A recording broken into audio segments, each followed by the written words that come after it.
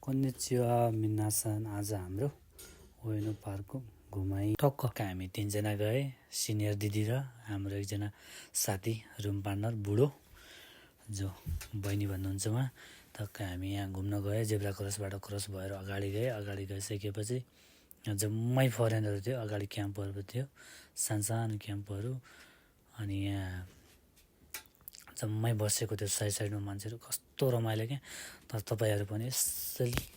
घुम्न आउनु होला र सानो मिनी ब्लग बनाएर जानु होला यो एउटा मोमेन्ट हुनेछ टक्क आफुलाई पनि देखाएँ मैले घाम पनि लागेको थियो आफुलाई पनि देखाउनु पर्यो हैन यहाँ मैले अलि सामान देखाएको छु चाउमिन मासुहरू बुदानिकको घिउनिकोहरू के बनाउँदै थिए मटरहरू अनि साइडमा फरेनरहरू खाएर टक्क घाम ताप्दै छोराछोरी फ्यामिली कपलहरू त्यहाँ बसेको थिए हामी अगाडि आइसकेपछि सानो ताल थियो तालमा कमल पोखरी त्यो जुममा सुकेको थियो हैन त्यो सुकेको थियो त्यसपछि हामी अगाडि गए कति बेला देखाउनु पर्यो आफुलाई भिडियो त बनाएको मैले हो हैन ब्लग मान्छे त देखाउनु पर्यो घाम पनि लागेको थियो टक्क आफुलाई पनि देखाउने त्यहाँबाट हिँडे हामी मन्दिर हो जुन अब यो मन्दिर थियो त्यहाँको कोइन पार्कको भित्रको मन्दिर अब सबै कुराहरू हामीलाई थाहा थिएन हैन के छ कस्तो हो के गर्नुपर्छ सब प्रोसेसहरू यताउति अब मन्दिरको बारेमा खासै कुराहरू थाहा भएन त्यसैले हामी गएन त्यहाँ बालिरहेको थियो अगरबत्ती बालेर गएको थिएँ त्यसपछि यहाँ साइडमा आइसकेपछि जो आफूले माग्नुपर्ने एउटा प्रार्थना इच्छा हुन्छ नि त्यो माग्नुपर्ने कपालहरू अथवा कसैले भोलि यस्तो होइजा उस्तो होइजा भनेर टक्क सबैले बाँधेको थियो यो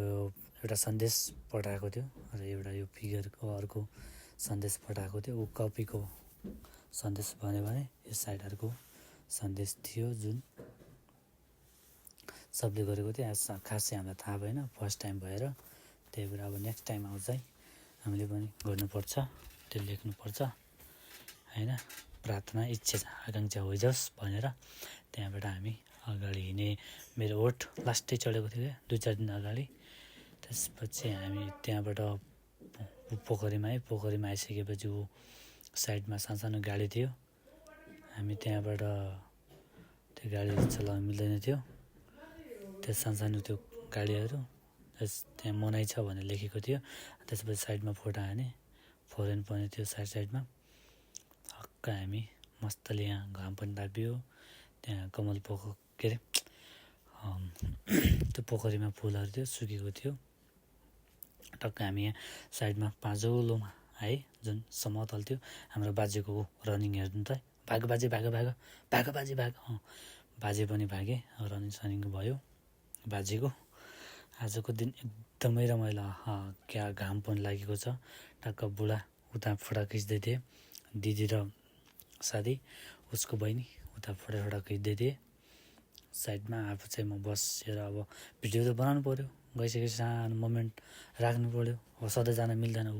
टक्क कस्तो पानी पनि थियो अनि सिँढी थियो सिँढीबाट उगल्दै लास्टै थकाइ भएको थियो क्या हिँड्दै नन स्टप 3-4 घन्टा हिँड्दै फेरि पनि भ्याएन हामीले त्यसपछि यहाँ माथि आएको थियो माथि आइसकेपछि यहाँ फोटो खिचेँ अलिकति थोरै सानो अनि यहाँ मन्दिर थियो अनि त्यो दिदीले मलाई त्यो सानो त्यो चक्लेट हो के भन्छ त्यो हामीले के भन्थ्यो थाहा भएन त्यस अमिलो टाइपको थियो चपाउँदै खाँदै ओठ पनि चढेको थियो 4-5 दिन भइसक्यो अन्त त्यो सानो यो मन्दिर थियो मन्दिर भन्दा नि अब त्यस्तै जो वरदान पाउनको लागि मेरो भिडियो टक्क अब 2-4 वटा भिडियो पनि बनाउनु पर्यो हेर्नु पर्यो त्यसपछि हामी यहाँ आइसकेपछि मान्छेको आवाज जातो हो कति ठुलो थियो टक्क हामी थाकिसकेपछि लास्टमा नास्ता गरियो नास्ता खाइसकेपछि टक्क हामी अब हिँड्न तयारीमा थियो अब सकियो नेक्स्ट टाइममा